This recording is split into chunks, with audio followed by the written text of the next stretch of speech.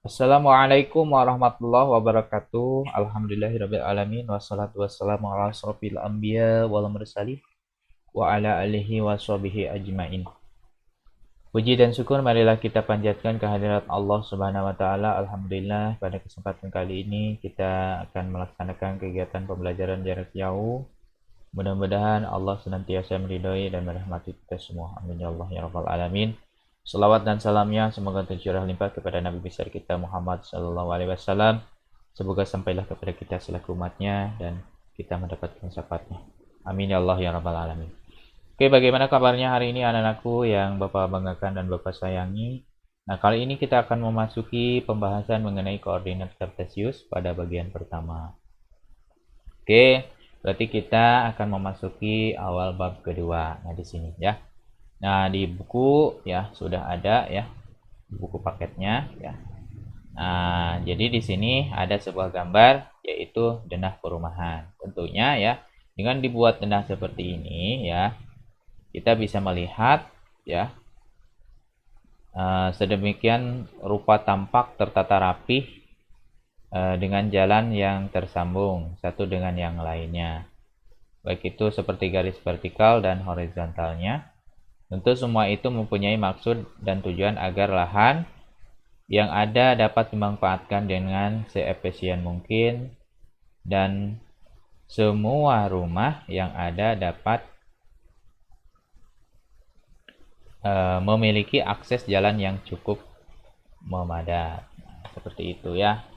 Jadi ini contoh ya gambar yang akan membuat kita berpikir ya, ternyata ya dengan adanya denah seperti ini ya, masing-masing rumah itu akan tertata rapi, kemudian pemanfaatan lahannya juga lebih efisien ya, tidak ada lahan yang terbuang ya. Nah, tentunya ya bisa kita melihat juga ya di mana lokasi-lokasi ya perumahan tersebut dari kode nomor dan warnanya ya. Nah, jadi semua itu bisa terlihat ya dari denah ini. Nah, berarti ini berhubungan dengan koordinat kartesius ya. Oke, di sini coba kita lihat di sini ada penemunya Rene Descartes ya, tulisnya Rene Descartes ya, dibacanya Rene Descartes. Nah, beliau adalah seorang filsuf dan matematikawan dari Prancis tentunya ya, yang beliau itu memberikan sumbangan atau penemuan geometris analitis yang dikenal dengan sistem koordinat kartesius ya, yang mempengaruhi perkembangan kalkulus modern ya.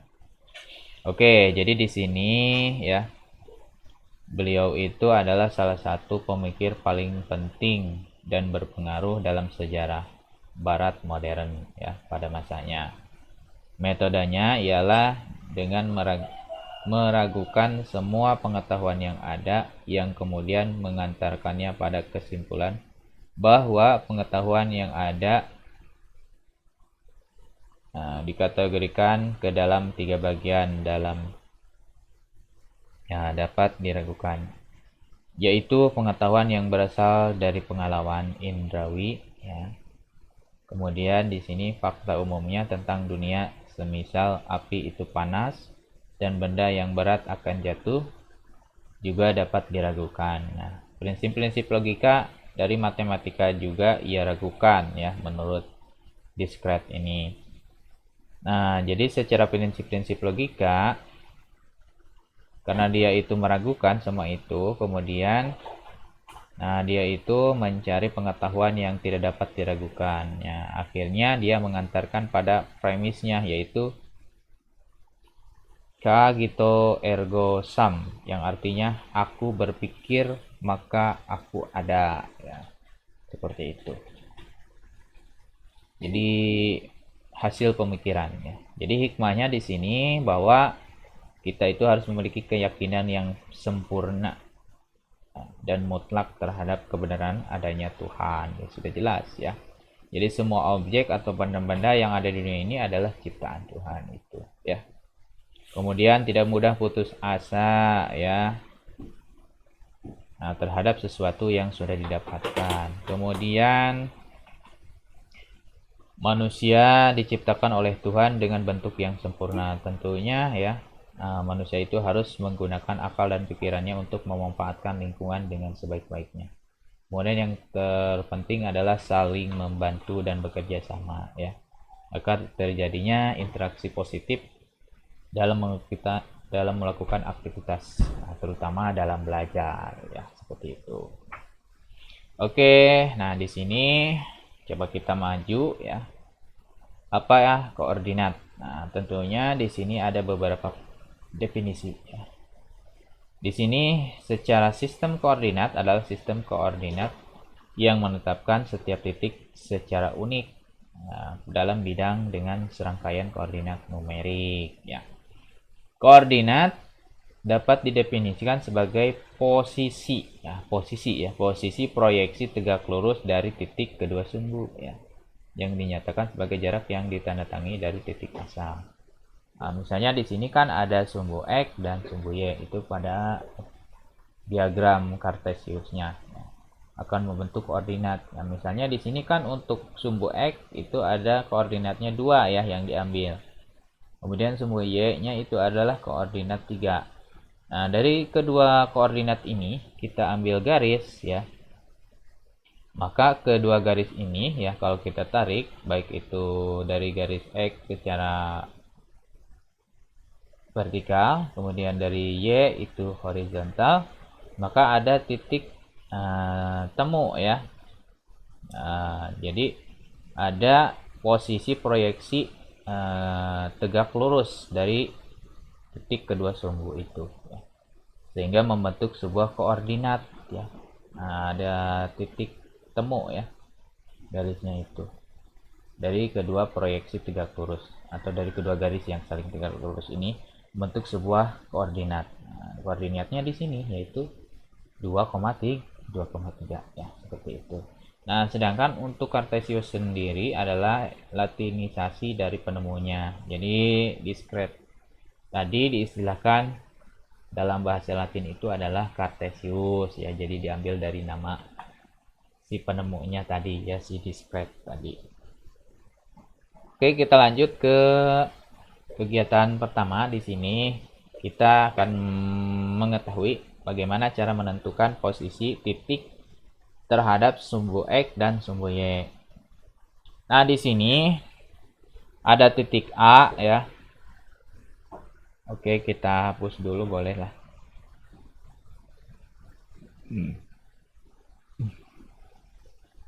Di sini kan titik A ya. Titik A itu adalah 3,6 ya, di sini 3,6 ya. Otomatis si titik A itu memiliki ya jarak terhadap sumbu X dan sumbu Y. Ya, caranya kita ambil di sini titik A ya, karena sudah jelas ya koordinatnya. Berarti untuk menentukan ya jarak terhadap sumbu X dan sumbu Y-nya, berarti kita hitung ya. Kalau kita buktikan, berarti kalau dari titik ini yang ditanya terhadap sumbu X, berarti yang digunakan adalah langkah si Y-nya ya, karena untuk mendekati X ya, sumbu X. Berarti dari sini ada 6 satuan, 6 langkah. Berarti 1 2 3 4 5 6 sampai sini ya. Dari titik A ini 3,6 ya. Kalau ditanya terhadap sumbu Y ya, sumbu Y berarti langkahnya ya, berarti ada 3 langkah menggunakan koordinat X-nya. Berarti 1 2 3. Berarti ada 3 satuan ya. Nah, untuk titik B begitu ya. Ini kan titik B itu adalah 4 dengan 4 ya. 4,4 ya. Nah, otomatis kalau 4 dengan 4, otomatis untuk titik B itu sama ya. langkahnya ya. Terhadap sumbu X ada 4 langkah ya, karena si Y-nya juga 4. Terhadap sumbu Y ya, jaraknya ada 4 langkah, karena si X-nya pun ada 4 ya, koordinatnya. Gitu, ya. Jadi ada 4 langkah ya, baik itu terhadap X dan terhadap Y. Nah, ini adalah jawabannya ya, yang sudah diberikan. Nah, coba kita perhatikan kembali di sini untuk koordinat gambar 2.3. Nah, misalnya di sini titik A adalah 2,6. Nah, kemudian setelah itu kita jawab di sini ya tabelnya. Nah, dari koordinat yang gambar 2.3 ini kita ambil ya setiap masing-masing titik koordinatnya ya dari A sampai EFGH ya sampai H. Nah, di sini disuruh menjawab ya. Nah, di sini ada jawabannya ya. Untuk titik A itu adalah 2,6 ya. Berarti kalau ditanya jarak terhadap sumbu X, berarti logikanya adalah koordinat Y ya di sini. Jawabannya adalah 61 satuan. Berarti di sini ya. Titik A ini kalau ditanya terhadap sumbu X, berarti ngelangkahnya ke X mendekatinya. 1, 2, 3, 4, 5, 6. Ya. Berarti ada 6 langkah terhadap sumbu X itu. Sedangkan titik A terhadap sumbu Y ada 2 langkah. Ya. Nah, berarti jawabannya temannya ya. Berarti titik A ini berapa jaraknya terhadap sumbu X? Nah, karena di sini kan ada X dan Y ya. Nah, X itu sebagai koordinat pertama ya. Y sebagai koordinat kedua di sini. Kalau ditanya titik A itu terhadap sumbu X, berarti kebalikannya jawabannya. Berarti koordinat Y ya jawabannya. Karena untuk sampai ke sumbu X ya, berarti melangkahnya dengan langkah koordinat Y ya, berarti ada 6 langkah ke sini. Begitupun sebaliknya. Titik A ini untuk ditanya terhadap sumbu Y, berarti jawabannya adalah koordinat X. Berarti ada 2 langkah kalau kita dibuktikan ya. 1, 2 ya. Berarti ada 2 langkah terhadap sumbu Y-nya. Nah, berarti titik A itu kalau ditanya terhadap sumbu X, berarti jawabannya Y ya, koordinat Y. Berarti ada 6 langkah. Kita buktikan pun ada 6 langkah. Nah, seperti itu ya. Jadi di sini jarak terhadap sumbu X-nya yaitu ada 6 langkah. Dari mana 6 langkah? Jadi dari koordinat Y-nya ya. Jadi supaya sampai terhadap sumbu X berarti ada 6 langkah. Begitupun supaya sampai jaraknya terhadap sumbu Y berarti ada 2 langkah. Dari mana? Dari ini, dari langkah koordinat Y-nya. Jadi kebalikannya ya. Nah, kalau titik C di sini min 4,3 ya. Kalau jarak terhadap sumbu X-nya berapa? Berarti 3 ya. Karena di sini koordinat Y-nya adalah 3. Berarti dari titik C itu supaya sampai terhadap sumbu X adalah ada 3 langkah atau 3 satuan.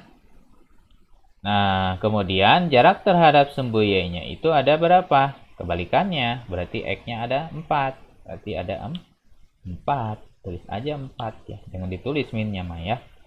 Karena ini ditanya jaraknya. Berarti tulis aja 4 satuan. Seperti itu ya. Dan seterusnya. Coba titik D. Terhadap sumbu X-nya berarti berapa? Berarti di sini ada 6 ya. Terhadap sumbu Y-nya berarti ada 5. Jadi kebalikannya ya. Kalau terhadap sumbu X berarti jawabannya yang Y-nya. Kalau terhadap sumbu Y berarti jawabannya yang X-nya. Nah, itu. Kalau secara cepat. Nah, kalau dibuktikan berarti melangkahnya ya. Kebalikan melangkahnya. Seperti itu. Oke. Nah, ini sebagai contoh saja ya. Nah, yang ini adalah boleh kalian kerjakan di rumah. Nah, karena di sini juga sudah ada ya jawaban untuk titik A. Sama seperti tadi ya. Untuk titik A itu kan 2,6 ya. Nah, mana titik A? Nah, ini ya titik A. 2,6. Karena di sini titik A itu adalah 2,6, berarti 2-nya itu sebagai X ya, koordinat X, dan 6-nya itu sebagai koordinat Y. Itu. Di sini titiknya ya. Nah, berarti keterangannya itu mah dijelaskan ya. Nah, dijelaskan berarti titik A berjarak 2 satuan ya terhadap sumbu Y, dan 6 satuan terhadap sumbu X tadi. Kemudian titik A itu berada di kuadran pertama. Jadi kuadran ini adalah pembagian wilayah atau posisi dalam koordinat kartesius. Misalnya di sini ada di posisi kiri atas ya. Itu dianggap sebagai bagian kuadran 1. Kemudian ke sebelah sini kanan atas ya. Berarti berada di posisi kuadran 2 ya. Kemudian kanan bawah itu berada di posisi kuadran 3. Kemudian kiri bawah berada di posisi kuadran 4 itu ya. Jadi tinggal kalian melihat koordinat A itu berada di kuadran 1. Berarti jawabannya ini kuadran 1. Nah, untuk menentukan jaraknya, kalau titik A itu terhadap sumbu Y berarti 2 ya. 2 satuan. Terhadap sumbu X berarti 6 satuan. Jadi kebalikannya itu. Silakan kalian tulis sendiri ya. Nah, untuk titik koordinatnya kalian ambil dari gambar 2.5 ini. Untuk B kan ini tidak ditulis. Berarti kita lihat untuk B itu kan di sini 3,0. Kalian tulis di sini 3,0 seperti itu. Kemudian kalian jelaskan keterangannya sesuai dengan contoh ini. Oke, setelah itu kalian japri ke berapa jawabannya. Oke, sekian dulu pemaparannya. Wassalamualaikum warahmatullahi wabarakatuh.